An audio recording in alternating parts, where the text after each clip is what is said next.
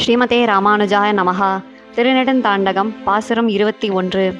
கருத்த நிறமுடைத்தாய், நறுமணம் மிக்கதாய், அடர்த்தியான சுருண்ட கேசம் பின்புறத்தில் அலையவும், இருபுறத்திலும் மகரக் குண்டலங்கள் அசைந்து ஆடவும் தன்னுடைய வெம்மையான வில்லை துணையாக கொண்டு வந்தார். இந்த திருமணங்கொல்லையிலே அவர் லக்ஷ்மணனோடு நடையழகை காட்டி என் எதிரே வந்து நின்றார்.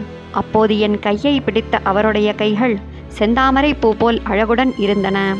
என்னிடம் இனிமையாக பேசிய அவருடைய வாயும் தாமரை போன்றது.